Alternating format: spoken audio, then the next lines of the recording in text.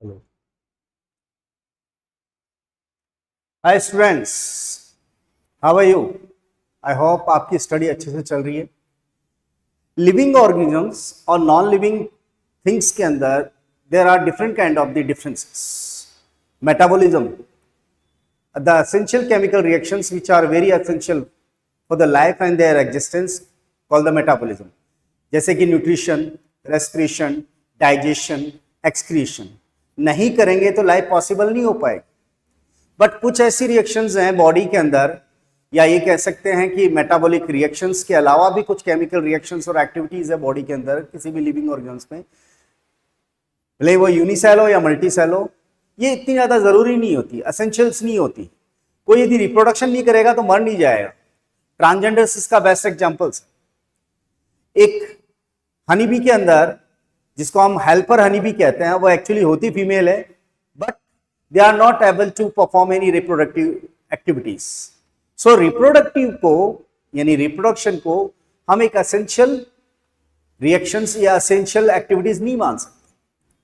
जरूरी नहीं है, बट ये किन रेफरेंसेस में जरूरी है लाइफ की कंटिन्यूटी बनाने के लिए। हर लिविंग ऑर्गेनिज्म जब पैदा होता है तो अपने पीछे एक रिप्रेजेंटेटिव छोड़ के जाता है जो आगे से आगे उनके कैरेक्टर्स को और उनकी जनरेशंस को बनाए रखे। तो लाइफ की कंटिन्यूटी के लिए जरूरी है, उनकी पॉपुलेशन मेंटेन करने के लिए जरूरी है, उनमें इंप्रूवमेंट करने की जरूरत है। बेसिकली ऐसी कंडीशंस जिसमें जेनेटिक कैरेक्टर्स जब एक जनरेशन से दूसरी जनरेशन में मूव करते हैं तो बेसिकली एक और मोर एडवांस और एक्सेसिबल लिविंग ऑर्गेन्स पैदा होता है। तो आज के इस चैप्टर के अंदर हम रिप्रोडक्शंस के बारे में पढ़ेंगे। ये रिप्रोडक्शन क्या है, रिप्रोडक्शन कैसे टाइप का होता है, रिप्रोडक्शन किन किन लिविंग ऑर्गेन्स में यूनिसेल और मल्टीसेल में होता है, आज वही हम स्टार्ट करेंगे। Yes, the reproduction. What is called the reproduction? Reproduction एक बायोलॉजिकल प्रोसेस है। What is called a biological process जो लिविंग ऑर्गेन्स में होता है। The living organisms biological process reproduction is a biological process by which living organisms being produce a new individual of their own kind. Means living organisms अपने जैसा ही नया living organisms पैदा करता है, प्रोड्यूस करता है। इसमें एक ही पेरेंट की इन्वॉल्वमेंट हो सकती है, दो पेरेंट्स की इन्वॉल्वमेंट हो सकती है। प्लांट्स के रेफरेंस में देखें तो प्लांट्स का रूट स्टेम और लीव्स वाला हिस्सा एक नया प्लांट पैदा कर सकता है, प्रोड्यूस कर सकता है। तो उस रेफरेंस के अंदर ऑल ओवर जो डेफिनेशन होती है ये होती है, ये लाइफ की कंटिन्यूटी के लिए जरूरी है, स्पीसीज की कंटिन्यूटी के लिए। ये इस जेनेटिकल मटेरियल्स को एक जनरेशन से दूसरी जनरेशन में ले जाने के लिए रेस्पॉन्सिबल है। बेसिकली ये जरूरी है इस तरह से। तो लाइफ की कंटिन्यूटी के लिए, उसकी स्पीसीज की कंटिन्यूटी के लिए, मेंटेनेंस के लिए, continuity of their species, pass their characters from one generation to another generations, and population maintain करने के लिए सभी लिविंग ऑर्गेनिज्म से ये रिप्रोडक्शन करता है, एक्सेप्शन ट्रांसजेंडर्स। प्लांट्स में ऐसा हो रहा है, फ्लोरिंग प्लांट्स उसका मेन हिस्सा है। फ्लोरिंग प्लांट्स के अंदर रूट स्टेम और लीव्स वाले हिस्से भी basically they can produce a new plants. Hydra is a animal that producing a new hydra on their body by the process of budding. Here the yeast is unicell fungi, और unicell fungi के ऊपर एक नया basically यहां पर एक out process generate हो रहा है, आउट ग्रोथ हो रही है, और वो आउट ग्रोथ है वो इस तरह से चेन प्रोड्यूस करती है। इन्हें बड कहते हैं। इस प्रोसेस के थ्रू, बडिंग के प्रोसेस के थ्रू जो बड बनती है डिटैच होकर के नया ईस्ट बना सकती है। ह्यूमन मीन्स के अंदर मेल ह्यूमन फादर जिसको बोल रहे हैं वो स्पर्म दे रहा है, ओवरी फीमेल में जो एग प्रोड्यूस कर रही है, दोनों में फर्टिलाइजेशन होने से बेसिकली यहां पर एक नया जायगोट प्रोड्यूस हो रहा है, they can produce a new living organisms. वो नया लिविंग ऑर्गेनिज्म से यहां पैदा कर सकता है। तो इस तरह से रिप्रोडक्शन बहुत जरूरी है। और वो जो रिप्रोडक्शन है वो कितने टाइप का है? दो टाइप का है, asexual reproduction and sexual reproduction. What does meaning the asexual?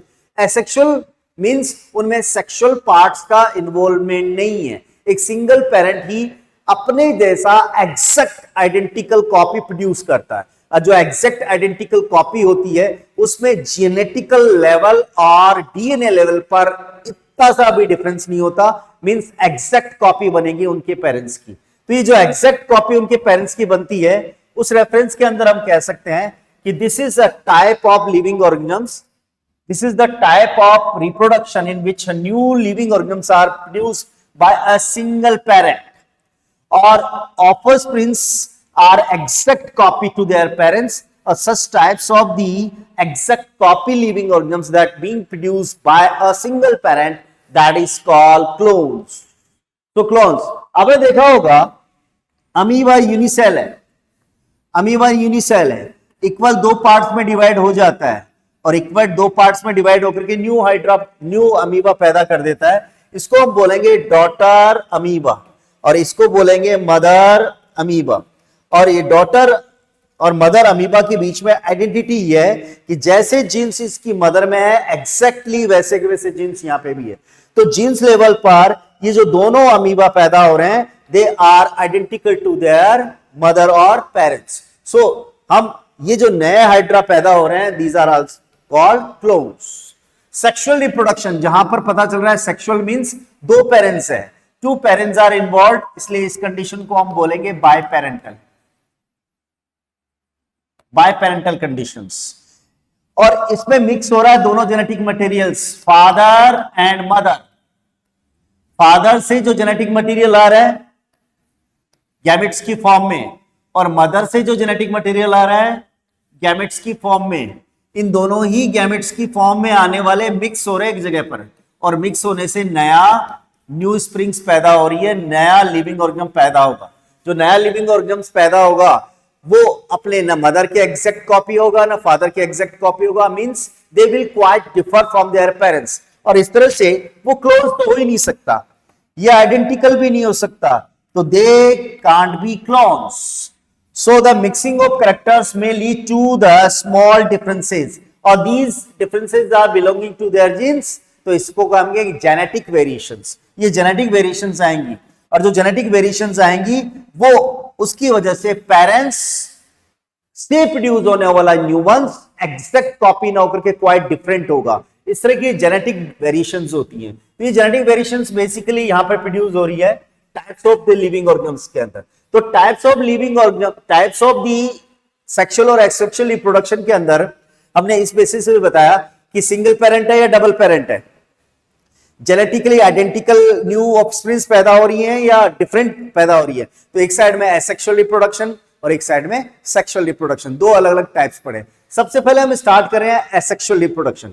Asexual से पता चल रहा है कि यहां पर यूनिसेल हो या मल्टीसेल, अमीबा हो या हाइड्रा हो, ह्यूमन बींग्स हो या कैटल्स हो, सभी लिविंग ऑर्गेनिज्म एसेक्सुअल रिप्रोडक्शन कर सकते हैं। बट शर्त यह है कि एसेक्सुअल रिप्रोडक्शन में एक सिंगल पेरेंट होगा।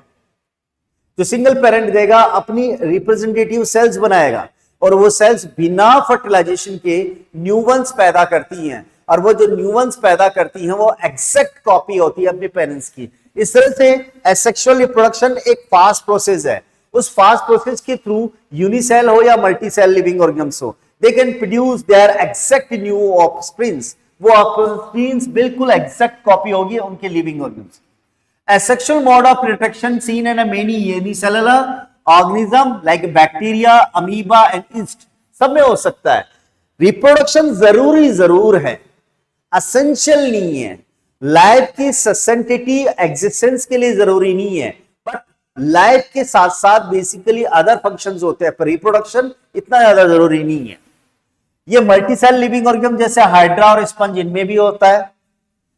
ये प्लांट्स में भी देखा गया है। प्लांट्स का बेसिकली वेजिटेटिव पार्ट में क्या क्या आएगा बेटा? Root, stem and leaves. आपने देखा होगा rose, sugarcane, grasses, China rose, इस तरह के प्लांट्स के अंदर रूट्स, स्टेम और लीव्स को यूज करते हुए आप न्यू प्लांट ग्रो कर सकते हैं। आपको किसी तरह की सीड की जरूरत ही नहीं पड़ेगी। तो इस तरह से ये एसेक्सुअल रिप्रोडक्शन है। ये एसेक्सुअल रिप्रोडक्शन में रूट, स्टेम और लीव्स आप यूज कर रहे हो, और रूट, स्टेम और लीव्स हैं वो किसी भी फ्लावरिंग प्लांट का कौन सा हिस्सा होता है? वेजिटेटिव पार्ट्स होते हैं। और जो वेजिटेटिव पार्ट्स को यूज करते हुए हम यदि नया प्लांट बना रहे हैं तो उसको हम बोलेंगे vegetative reproduction. Like plants with the fleshy underground stem, जैसे potato. such as potato and ginger and new plants without producing seeds.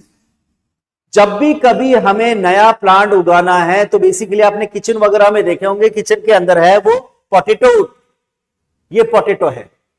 इस पोटैटो में छोटी छोटी बर्ड्स आ जाती हैं, जो बर्ड्स आ जाती हैं उसकी वजह से बेसिकली एक नया पोटैटो प्रोड्यूस हो सकता है। इसी का हम यूज कर रहे हैं बेसिकली यहाँ पे। ये जो नया पोटैटो आ रहा है इसमें देखिए आप, ये पोटैटो है, इस पोटैटो के अंदर एक बर्ड प्रोड्यूस हो गई।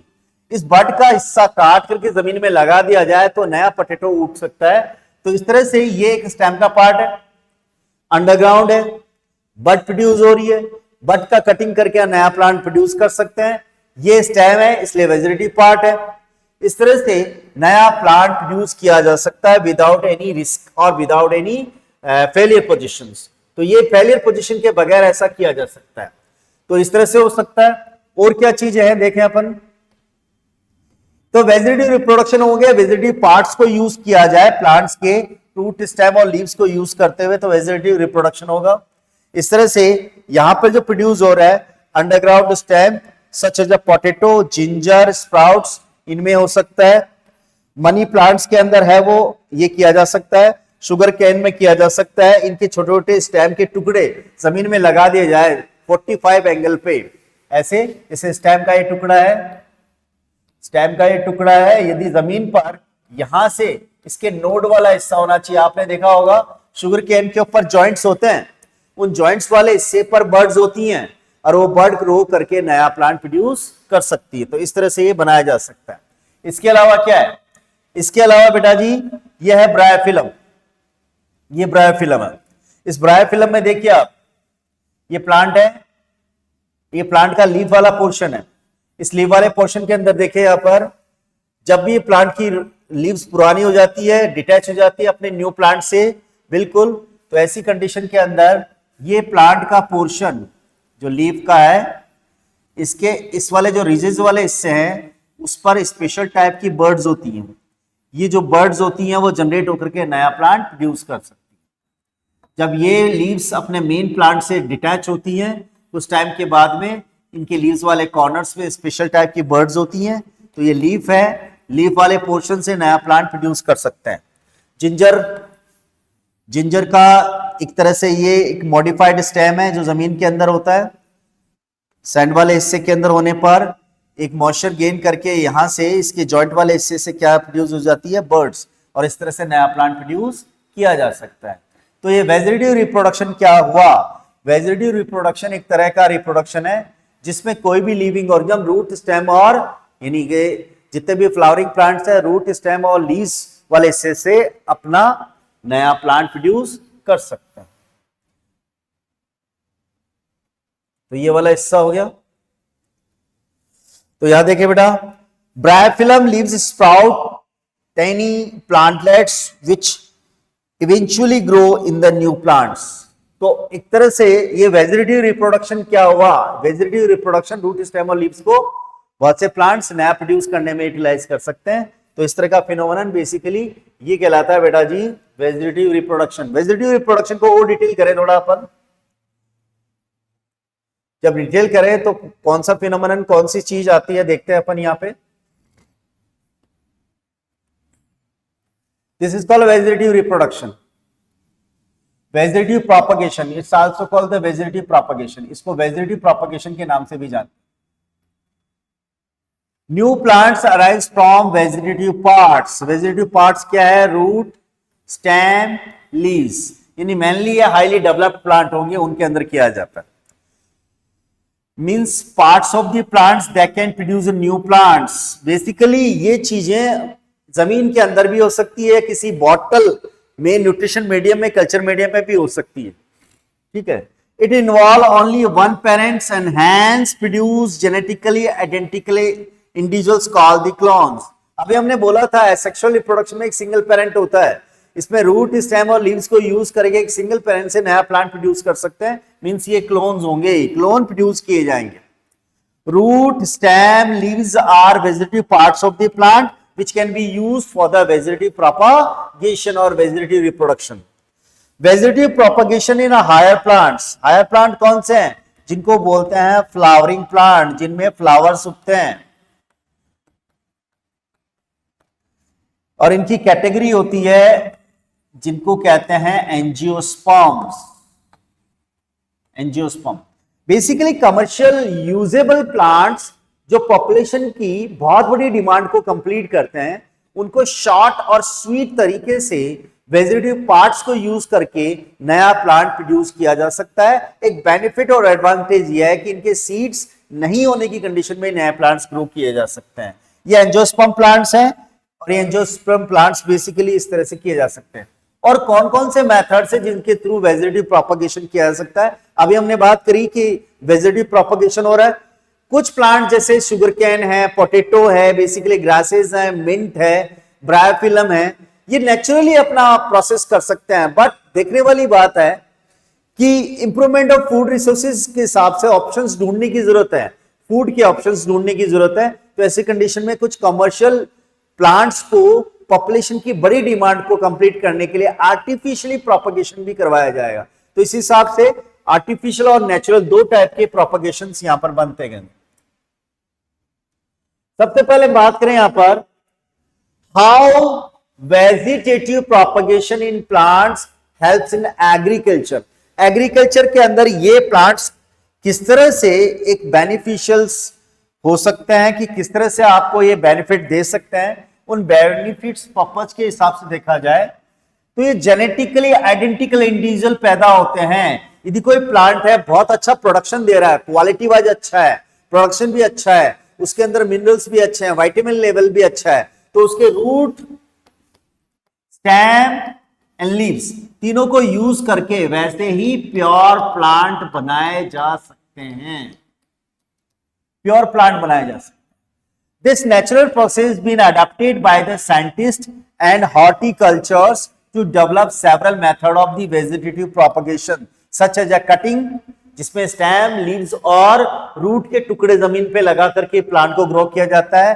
ग्राफ्टिंग, दो अलग अलग प्लांट्स को कंबाइंडली ज्वाइंट करके न्यू प्लांट्स बनाया जा सकता है। लेयरिंग, बहुत से ऐसे प्लांट्स होते हैं जिनके जमीन के आसपास झूलते हुए स्टेम वाले हिस्से को जमीन में दबा करके नया प्लांट प्रोड्यूस किया जा सकता है। या टिश्यू कल्चर, टिश्यू कल्चर किसी भी बॉटनी के अंदर या नर्सरी वगैरह में न्यूट्रिशन मीडियम होता है बोतल में, उसमें रख करके उस रूट, स्टेम और लीव्स के हिस्से से नया प्लांट प्रोड्यूस किया जा सकता है। तो इस तरह से हो सकता है। This methods are widely used for efficient propagation plants का बहुत लंबा और बहुत लार्ज स्केल पर प्रोडक्शन करने के लिए प्रोड्यूस किया जा सकता है। Significantly improved agricultures and horticultures of the practices, ये कुछ ब्रांचेस ऑफ दी प्लांट्स है जिसमें दो अलग अलग क्वालिटी बेस्ड प्लांट्स के करेक्टर्स एक ही प्लांट्स के अंदर लाए जा सकते हैं। किसी भी प्योर प्लांट से प्रोडक्शन वाइज या क्वालिटी वाइज वो इंप्रूव्ड है, तो आप वेजिटेटिव प्रोपगेशन के थ्रू एग्जैक्ट वैसी की वैसी प्लांट वेराइटी प्रोड्यूस कर सकते हैं। तो इस तरह से बहुत बड़ी डिमांड पॉपुलेशन की फूड और कमर्शियल रिक्वायरमेंट्स को लेकर के वेजिटेटिव प्रोपगेशन में पूरी की जा सकती है। डिजायरेबल क्रॉप्स प्रोड्यूस की जा सकती है लार्ज स्केल पर। तो लार्ज स्केल में नए प्रोड्यूस किए जा सकते हैं, डिजायर कैरेक्टर्स कंबाइंड किए जा सकते हैं, प्रोडक्शन इंप्रूवमेंट किया जा सकता है, क्वालिटी इंप्रूवमेंट किया जा सकता है, न्यूट्रिशन वैल्यू को बढ़ाया जा सकता है। तो इस तरह से ये वेजिटेटिव प्रोपगेशन हेल्पफुल हो सकता है एग्रीकल्चर फील्ड के अंदर। नेक्स्ट हम देखें यहां पर कौन से दो मेथड्स हैं जो वेजिटेटिव प्रोपगेशंस के लिए यूटिलाइज किए जाते हैं। प्रोपगेशंस के अंदर नेचुरली प्रोपगेशंस किस किस में होता है? नेचुरली प्रोपगेशन यहां पर देखा जाए तो दो तरह से मेथड्स हैं। उन दो तरह से मेथड्स के अंदर रूट्स डहलिया, स्टेम जिंजर और लीव्स ब्रायोफाइलम, ये अपने आप ही होने वाला प्रोसेस है, इतना ज्यादा इकोनॉमिकल और पॉपुलेशन डिमांड को फिल नहीं करेगा, इसलिए नेचुरल वेजिटेटिव प्रोपगेशन है। हम बात इसकी करें कि artificial vegetative propagation commercial usages plants को ज्यादा स्केल और इंप्रूव्ड वेराइटीज में पैदा करने के लिए ये आती है। कटिंग्स का मतलब छोटे छोटे टुकड़े, रूट, स्टेम और लीव्स के छोटे छोटे टुकड़े नए प्लांट प्रोड्यूस करने में लगाया जा सकता है, जैसे रोज और शुगर कैन।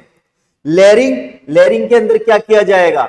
एक प्लांट है, जैसे हम बात करें जैस्मीन का, इस जैस्मिन के प्लांट के अंदर उसकी ब्रांच एक टाइम के बाद जमीन की तरफ इस तरह से झूल जाती है।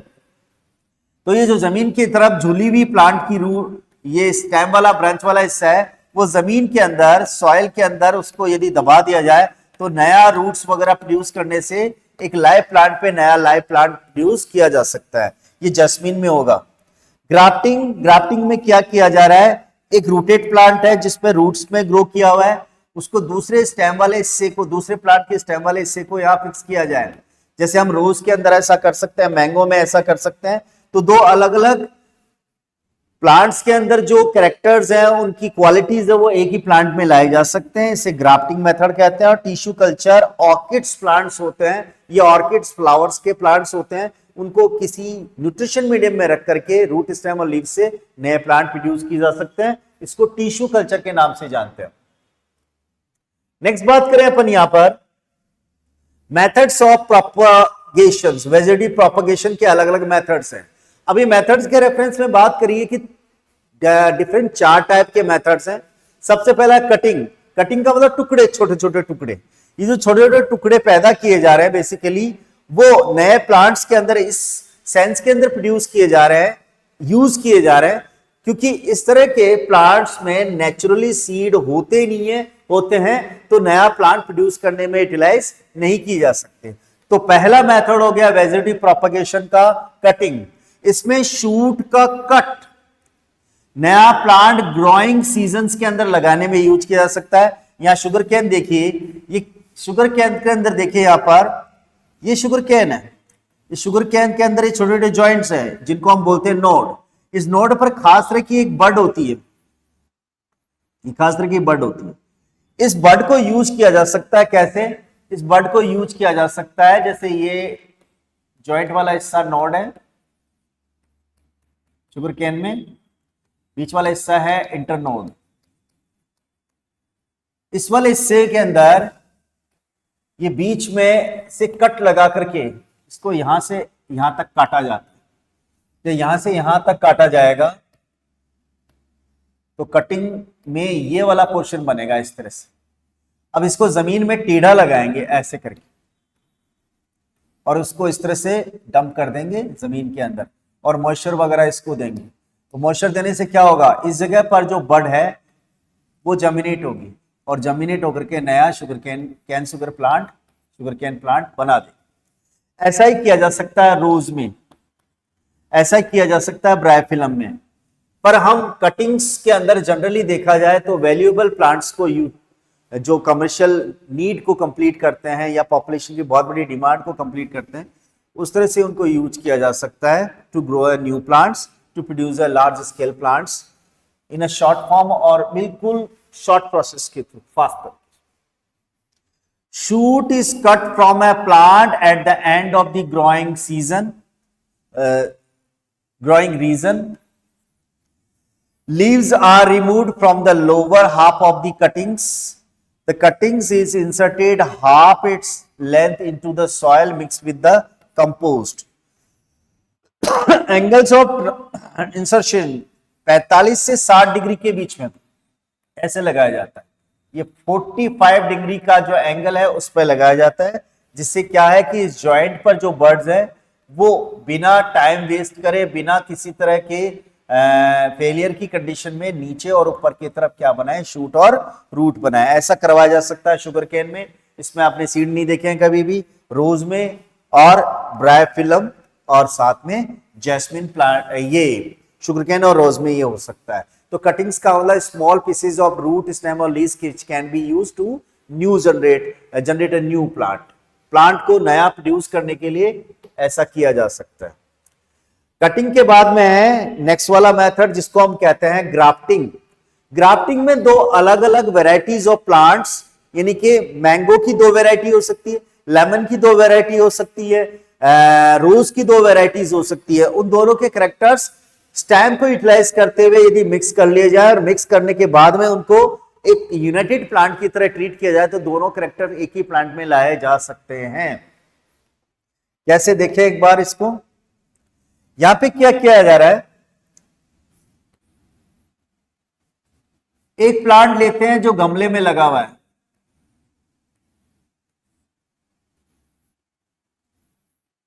उसके ऊपर कट लगाते हैं ऐसे, ये रोटेट प्लांट है।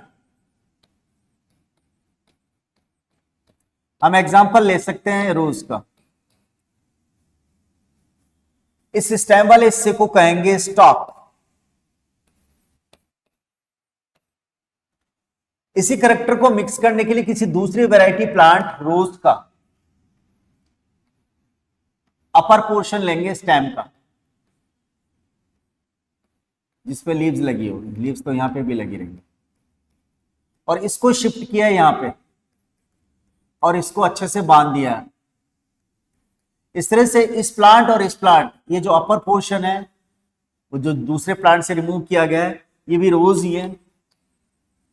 इस अपर पोर्शन को बोलेंगे यहां पर सीओन। तो ये हो गया सीओन, ये हो गया स्टॉक। इन दोनों को जोड़ा जाता है। जोड़ते टाइम पर कुछ हार्मोन्स और केमिकल्स का ट्रीटमेंट जरूरी है। इनको टाइटली बांधा जाता है। बांधने के बाद में इन दोनों के वेस्कुलर बंडल्स और वेस्कुलर टिश्यूज लाइक जाइलम और फ्लोएम और कैम्बियम आपस में मिक्स हो जाएंगे, तो फाइनली एक यूनाइटेड प्लांट बन जाएगा। इस यूनाइटेड प्लांट में सपोज कीजिए ए प्लांट है, ये बी प्लांट है, ये ए रोज है, ये बी रोज है। ए रोज एक अलग वेराइटी प्लांट है और बी रोज एक अलग वेराइटी प्लांट है। दोनों को जोड़ दिया जाए तो दोनों की वेराइटी अलग अलग कैरेक्टर्स वाली एक ही यूनाइटेड प्लांट्स में आ सकती है। तो इस तरह से एक जॉइंट कैटेगरी का प्लांट और मिक्स्ड ट्रैट वाला यानी कि कैरेक्टर्स वाला प्लांट प्रोड्यूस किया जा सकता है।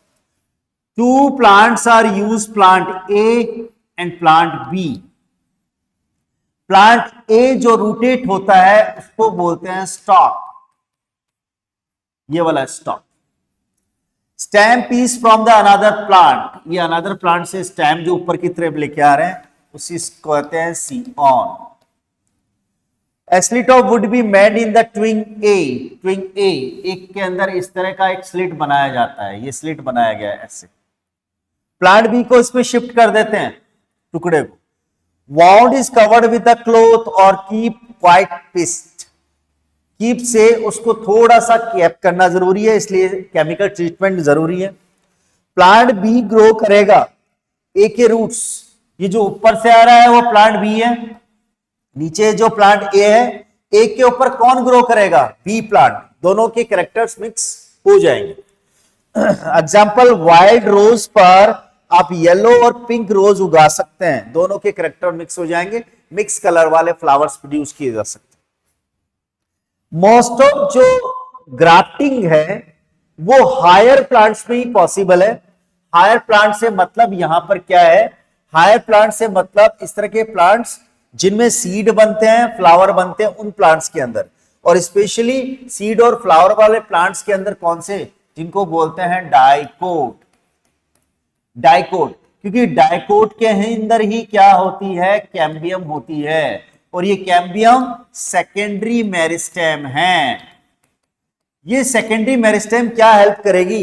अपर पोर्शन जो स्टेम वाला ट्रांसफर हिस्सा है, नीचे वाला हिस्सा जो रोटेट स्टेम है, इन दोनों को मिक्स करने पर जो सेकेंडरी मेरिस्टेम है, कैम्बियम है, इन दोनों को मिक्स करने में हेल्प करती है। याद रखना, मोनोकोट प्लांट्स के अंदर सेकेंडरी मेरिस्टेम नहीं बनती है, इसलिए मोनोकोट प्लांट्स के अंदर जैसे वीट है, राइस है, इनके अंदर ग्राफ्टिंग पॉसिबल नहीं है, because they do not have secondary meristem.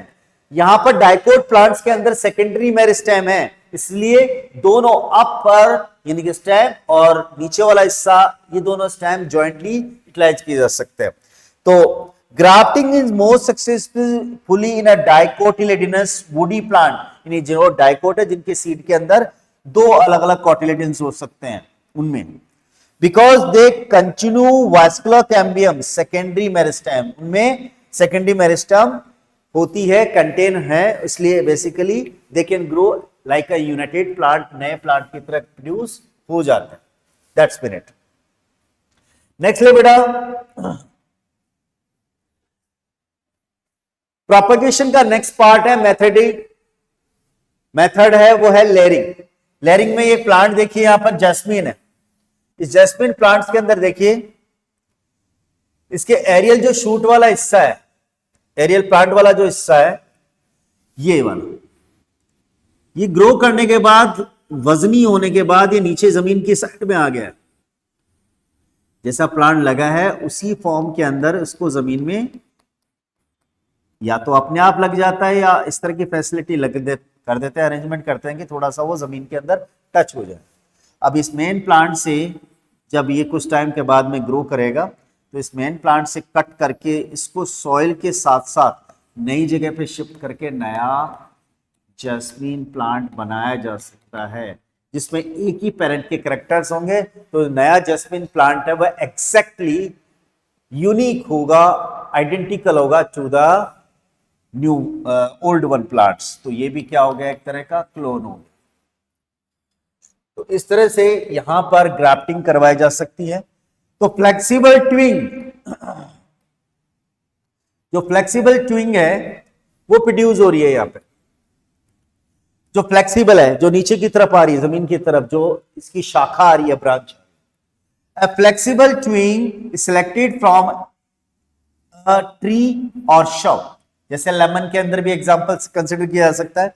The middle part of the twig is buried under the soil. Like जैसे ये स्टार्टिंग पार्ट है, ये लास्ट पार्ट है, ये स्टार्टिंग पार्ट है, इसका बीच वाला हिस्सा जमीन के अंदर दबाया जाता है। रूट्स डेवलप्ड होती है ब्यूरिड पोर्शन से 10 से 15 दिन के बाद में। इस जमीन के अंदर दबाए हुए हिस्से से 10 से 15 दिन के बाद में रूट्स पैदा हो जाती है। फिर इसको यहां से रिप्लेस करके ट्रांसफर करके नया प्लांट नई जगह उगाया जा सकता है। Once root is form, the twig और cut from the parental plant grow as a new plant in a separate land. जमीन पर नई जगह पर लगा करके इस तरह का प्लांट यहां पर प्रोड्यूस कर सकते हैं। तो this is called a layering.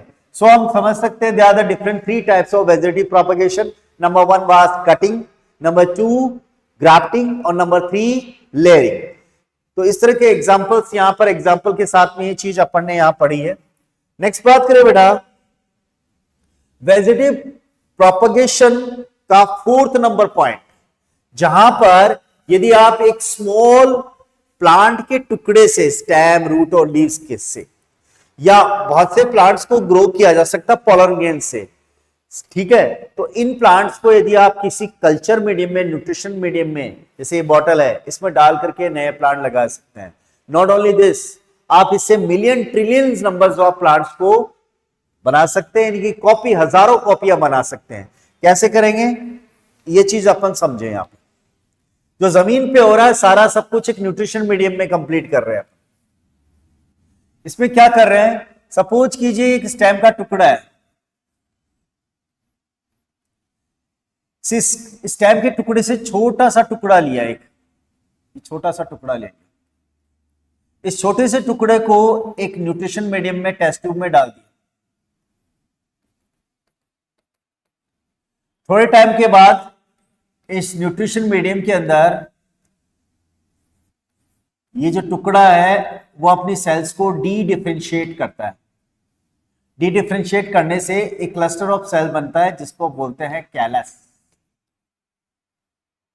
अब इस टेस्ट ट्यूब को यदि तेजी से घुमाया जाए तो सारे के सारे सेल्स के जो ग्रुप में जो सेल्स हैं वो डिफरेंट हो जाएंगे। उन सेल्स के अलग अलग सेल्स को अलग अलग टेस्ट ट्यूब में डाल करके वापस से उनको अप्लाई किया जा सकता है सेपरेट ग्रोथ के लिए। सेपरेट ग्रोथ के लिए सपोज कीजिए 10,000 सेल थी, तेजी से घुमाने पर 10,000 सेल अलग अलग जगह पे बढ़ गई। हर एक को ड्रॉपर की हेल्प से 10,000 नई टेस्ट ट्यूब में डाल करके एक टाइम ऐसा आएगा कि ये न्यूट्रिशन मीडियम की वजह से ये नया प्लांट इस टेस्ट ट्यूब में पैदा हो जाएगा। इसको फिर नर्सरी से जमीन पे इस तरह से उगाया जा सकता है, जैसे ये प्रोसेस है यहाँ पे। इस प्रोसेस में ऐसा किया जा रहा है। इसी चीज को देखें यहाँ पे,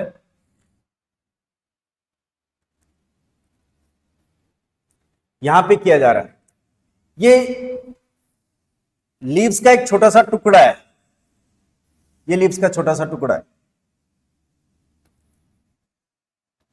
लीव्स का जो छोटा सा टुकड़ा है उसको यदि हम वेजिटेटिव प्रोपगेशन में यूज कर रहे हैं तो उसको हम बोल सकते हैं एक्सप्लांट। उसको मदर प्लांट्स के ऊपर से लीव्स ली, लीव्स के से छोटा टुकड़ा लिया, उसको न्यूट्रिशन मीडियम में डाला, उसको शॉर्ट रीजनरेट होने दिया। रोट जनरेट होने के बाद नया प्लांट बन गया। उस नए प्लांट को फिर एक छोटा सा प्लांट जो उग रहा है उसको बोलेंगे प्लांट लेट। उसको इस तरह से थोड़े टाइम के लिए नर्सरी में रखा जाता है और नर्सरी में डालने के बाद उसको जमीन में गाड़ करके नया प्लांट बना सकते हैं। तो यहां पर एक टुकड़े से एक प्लांट बनाया जा सकता है। यदि इन टुकड़ों को अलग अलग जगह पे ट्रांसफर किया जाए तो कई मिलियंस नंबर्स ऑफ ट्रांसफर किए जा सकते हैं। इसलिए इस तरह के प्रोसेस को हम बोलते हैं माइक्रो प्रोपागेशन। और ये यहां पर टिश्यू डाल करके न्यूट्रिशन मीडियम में प्रोसेस किया जा रहा है, इसलिए इसको टिश्यू कल्चर के नाम से भी जानते हैं। तो नर्सरी में ऐसे ही प्लांट लगाए जाते हैं। तो नर्सरी में जो प्लांट लगाए जाते हैं वो आइडेंटिकल क्लोन्स प्लांट होते हैं, और वो आइडेंटिकल क्लोन प्लांट्स हैं वो बहुत ही ज्यादा अच्छे इसलिए माने जाते हैं कि वो प्योर ब्रीड्स होते हैं, और जो प्योर ब्रीड्स होती हैं वो आइडेंटिकल होती हैं अपने पेरेंट्स के। इस तरह से ये चीज अपन यहां पर समझ सकते हैं। अब नेक्स्ट बात करें बेटा, और कौन से तरीके जिनके थ्रू एसेक्सुअल रिप्रोडक्शन होता है। बडिंग होता है हाइड्रा और ईस्ट में, और स्पोर फॉर्मेशन होता है राइजोपस में। बडिंग की बात करें, बडिंग में ऐसा क्या हो रहा है, बडिंग के अंदर हो रहा है ऐसा प्रोसेस जिसमें एक आउटग्रोथ जनरेट हो रही है। उस आउटग्रोथ के इंडिपेंडेंट ग्रोथ होने के बाद वो एक नया लिविंग ऑर्गेनिज्म पैदा कर रही है, जैसे हाइड्रा में हो रहा है। ये एक अडल्ट हाइड्रा है, इस हाइड्रा के अंदर एक आउटग्रोथ पैदा हो रही है, और ये जो आउटग्रोथ है इसके अंदर अच्छे से बॉडी पार्ट्स बन रहे हैं, और बॉडी पार्ट्स में बेसिकली एक मिनी हाइड्रा पैदा हो गया। ये जो मिनी हाइड्रा है इसके बनने के प्रोसेस को हम बडिंग कहते हैं, और ये हाइड्रा न्यूस हाइड्रा सेपरेट होकर के अपनी पेरेंटल बॉडी से सेपरेट हो गया, पेरेंट्स भी जिंदा और ये भी जिंदा। इस तरह से इस बडिंग प्रोसेस के through hydra new hydra produce करता है, और इस प्रोसेस को ही हम बडिंग कहेंगे। नॉट ओनली दिस, इस तरह का जो प्रोसेस है बेसिकली वो और किस में देखा जा सकता है। इस तरह का प्रोसेस देखा जा सकता है ईस्ट में भी देखा जा सकता है, और कुछ खास तरह के स्पॉन्जेस वगैरह स्पॉन्ज एनिमल्स हैं उनमें भी देखा जा सकता है। तो यहां पर क्या देखें, यहां पर क्या है, एक स्मॉल बेबी जैसा ग्रो करता है बाहर की साइड, जैसे ये स्मॉल बेबी जैसा ग्रो कर रहा है बाहर की साइड, ये वाला। A small baby grows out of their parental body, then breaks off on a life to the new lives on its own. ये जो बर्ड प्रोड्यूस हो रही है वो ग्रो करने के बाद इंडिपेंडेंट एक लिविंग ऑफस्प्रिंग्स पैदा करती है सेपरेशन के बाद।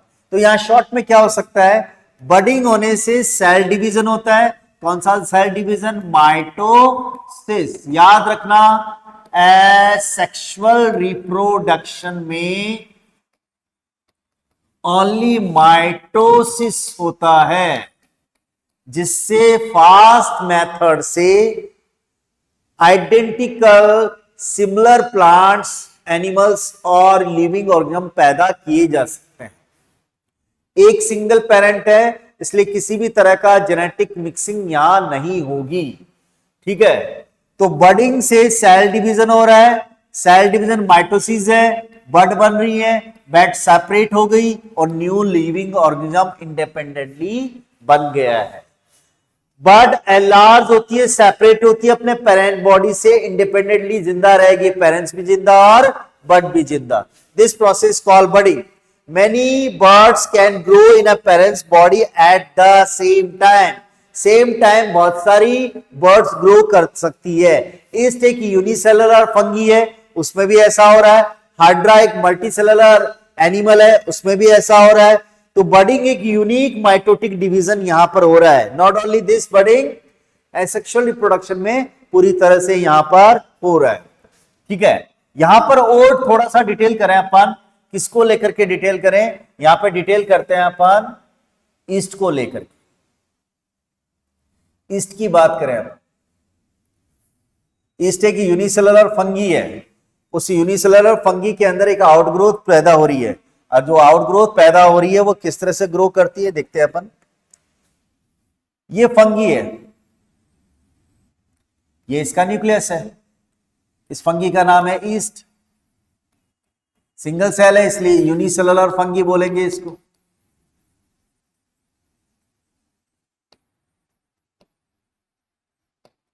यूनिसेलुलर फंगी, ये इसका न्यूक्लियस वाला हिस्सा है, ये इसका साइटोप्लाज्मा। अब हो रहा है इसमें माइटोसिस। माइटोसिस होने से इसका न्यूक्लियस इक्वली डिवाइड होकर के दो हिस्सों में डिवाइड हो जाता है, यानी कि इस न्यूक्लियस, यहां पर न्यूक्लियस डिवाइड करता है equally, but cytoplasm unequally divide होता है।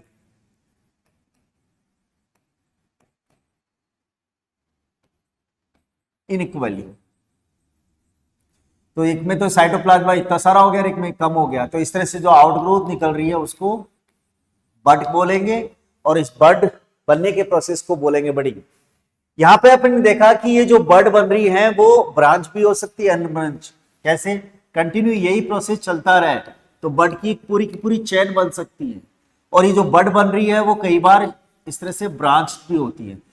तो ऐसा इसलिए जरूरी होता है कि जिससे पॉसिबिलिटीज बढ़ाई जा सके, कोई ना कोई एक बर्ड तो डिस्ट्रॉय होगा, तो बाकी डिस्ट्रॉय होने के बाद में जो बचने वाली बर्ड्स है वो नया न्यू ऑर्गेनिज्म पैदा कर देगी। याद रखना, यहाँ पर पेरेंट बॉडी के ऊपर बडिंग प्रोड्यूस हो रही है। पेरेंट बॉडी यहाँ पर सबके लिए रेस्पॉन्सिबल होल्ड अप करने के लिए, तो पेरेंट बॉडी जितने भी बर्ड पैदा कर रही है पॉसिबिलिटी उतने ही ज्यादा ईस्ट पैदा हो जाएंगे। वो प्रॉपर ग्रो करके जब तक मिच्योर नहीं हो जाता है नई बडिंग स्टार्ट नहीं करते। यानी कि यहां पर बडिंग ब्रांच भी हो सकती है, एक चेन की फॉर्म में भी हो सकती है, अनचेन फॉर्म में भी हो सकता है। तो ये हो गया एक यूनिसेलुलर फंगी जिसके अंदर बडिंग पोर्शन, बडिंग मेथड के थ्रू यहां पर क्या पैदा किया जा रहा है, एसेक्सुअल रिप्रोडक्शन किया जा रहा है। अब नेक्स्ट बात करें यहां पर, जो एसेक्सुअल रिप्रोडक्शन है वो कुछ फंगीज के अंदर, बेसिकली मल्टीसेल फंगीज के अंदर इस तरह का प्रोसेस जो हो रहा है वो किसके थ्रू हो रहा है? वो प्रोसेस के थ्रू जो हो रहा है वो स्पोर फॉर्मेशंस के थ्रू होता है। इमरजेंसी कंडीशन, अनफेवरेबल और एक्सट्रीम एडवर्स कंडीशंस के अंदर जो फंगीज हैं वो स्पेशल टाइप के स्पोर्स बनाती है। उन स्पोर्स को बनाने का एक मेन मकसद और एम ये होता है कि एडवर्स कंडीशन में अपने आप को बचा के रखा जा सके, वाइटलिटी को मेंटेन किया जा सके। जैसे ही वो स्पोर्स रिलीज होते हैं, सुटेबल कंडीशंस आती है, फेवरेबल कंडीशन में मॉइस्चर और टेम्परेचर सेम टू सेम होता है या सुटेबल होता है, उस कंडीशन के अंदर हर एक स्पोर जर्मिनेट होकर के उसके million trillions numbers of new fungi plant body बना देते हैं। न्यू फंगी बॉडी बना सकते हैं, प्लांट नहीं बोल सकते उनको। तो इस तरह से ये चीज जो बन रही है वो फंगी के अंदर एडवर्स कंडीशंस में ऐसा कर सकते हैं। इस तरह से राइजोपस एक बेस्ट एग्जांपल है जो हमारे बहुत से फूड जो थिंग्स होती है उनको स्पॉइल करते हैं।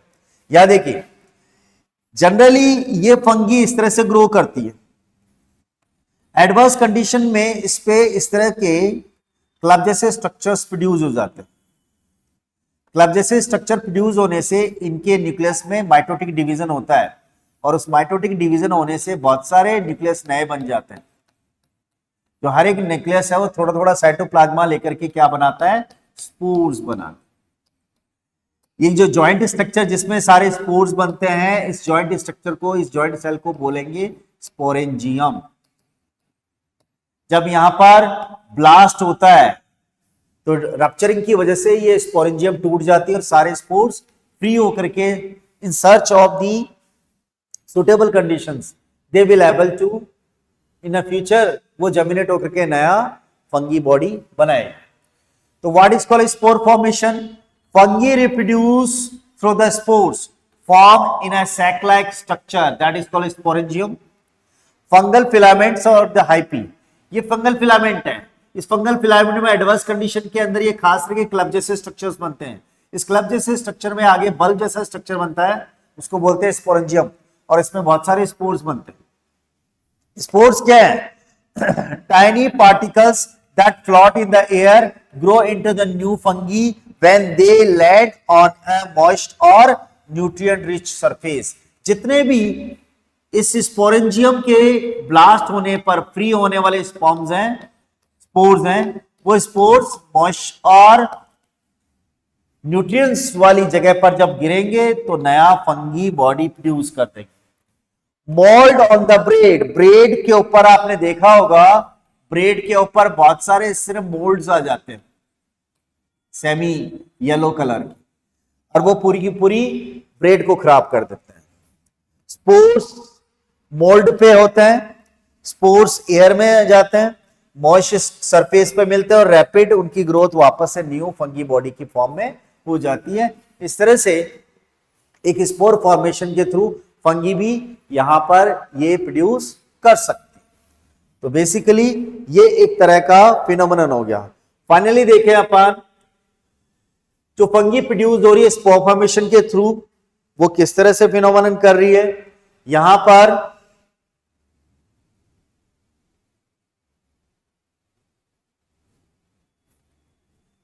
What is the central process behind the asexual reproduction. Asexual reproduction में सबसे इंपॉर्टेंट इंसिडेंस क्या है। एसेक्सुअल रिप्रोडक्शन में माइटोसिस हो रहा है, स्लोली फास्ट प्रोसेस है, जिसमें एक ही single parent new living organism पैदा कर रहा है, एग्जैक्ट कॉपी वो पैदा हो रही। तो यहां पर माइटोसिस हो गया, एक टाइप का सेल डिवीजन है जिसमें प्लॉइडी चेंज नहीं होती, जैसे सेल में होती है वैसी की वैसी रहती है। दे maintain the same numbers of chromosomes in the new sales. इससे पहले की क्लासेस के अंदर पढ़ा है सेल डिवीजन वो है जिसमें एक सेल दो सेल बनाती है। नंबर ऑफ क्रोमोसोम पुरानी सेल और जो न्यू डॉटर सेल्स बनी है उनमें equal number of cells and equal number of the chromosomes हो, तो इस तरह के डिवीजन को कहते हैं माइटोसिस। ये माइटोसिस फास्ट प्रोसेस है, इससे आइडेंटिकल ऑफस्प्रिंग्स पैदा करते हैं जिसे क्लोन कहते हैं। ठीक है, इस तरह से माइटोसिस एक तरह का सेल डिवीजन है जिसमें 2n to 2n यानी कि क्रोमोसोम्स का नंबर सेम बना रहेगा, इसलिए इसको इक्वेशनल डिवीजन के नाम से भी जानते हैं। और इक्वेशनल डिवीजन सेक्सुअल रिप्रोडक्शन की सबसे अच्छी आइडेंटिकल थिंग है, कैरेक्टर है। Mitosis produces two daughter cells each having the same number of chromosomes as the parental cell. That's why it is called the equational division. Equal what? Chromosomes number parents offspring में same to same रहते हैं। Offspring produced are genetically identical to their parents. That's why they call clones. Asexual reproduction के through जो पैदा होने वाली new offsprings हैं वो आइडेंटिकल होती है, जैसे जीन्स उनके पेरेंट्स में होते हैं एग्जैक्टली डीएनए वैसे के वैसे जीन्स उनकी न्यू ऑफस्प्रिंग्स में हो रही है, क्योंकि जेनेटिक मटेरियल मिक्स नहीं हो रहा है। क्यों? क्योंकि पेरेंट्स एक है, सिंगल पेरेंट होने पर जेनेटिक मिक्सिंग नहीं होती, इसलिए जो न्यू ऑफस्प्रिंग्स पैदा होते हैं वो बिल्कुल आइडेंटिकल सिमिलर होते हैं to their parents. So asexual reproduction easy and fast process. ये उन लिविंग ऑर्गन्स के लिए बहुत वरदान है जिनकी लाइफ बहुत छोटी होती है, जिनकी लाइफ के साथ साथ उनकी बॉडी डिजाइन भी बहुत छोटी होती है। दैट्स और हायर लिविंग ऑर्गन्स की बात करें जिनमें रिपेयरिंग करना हो, बेसिकली न्यू प्लांट्स को बहुत तेजी से प्रोड्यूस करना हो और आइडेंटिकल और प्योर प्लांट्स प्रोड्यूस करना है, तो बेसिकली एसेक्सुअल रिप्रोडक्शन एक मेथड हो सकता है एक फास्ट प्रोसेस के थ्रू या लिविंग ऑर्गन्स पैदा करने का। तो आज हम पढ़ चुके हैं एसेक्सुअल रिप्रोडक्शन। उस एसेक्सुअल रिप्रोडक्शन में हमने एक पार्ट पढ़ा है। अब नेक्स्ट वाले पार्ट के अंदर हम बात करेंगे sexual reproduction by parental condition, जिसमें मियोसिस भी हो रहा है साथ के साथ माइटोसिस के। ठीक है, पहले हम फ्लोरिंग प्लांट्स में पढ़ेंगे, उसके बाद एनिमल्स के अंदर पढ़ेंगे। Thank you so much, have a nice day, thank you.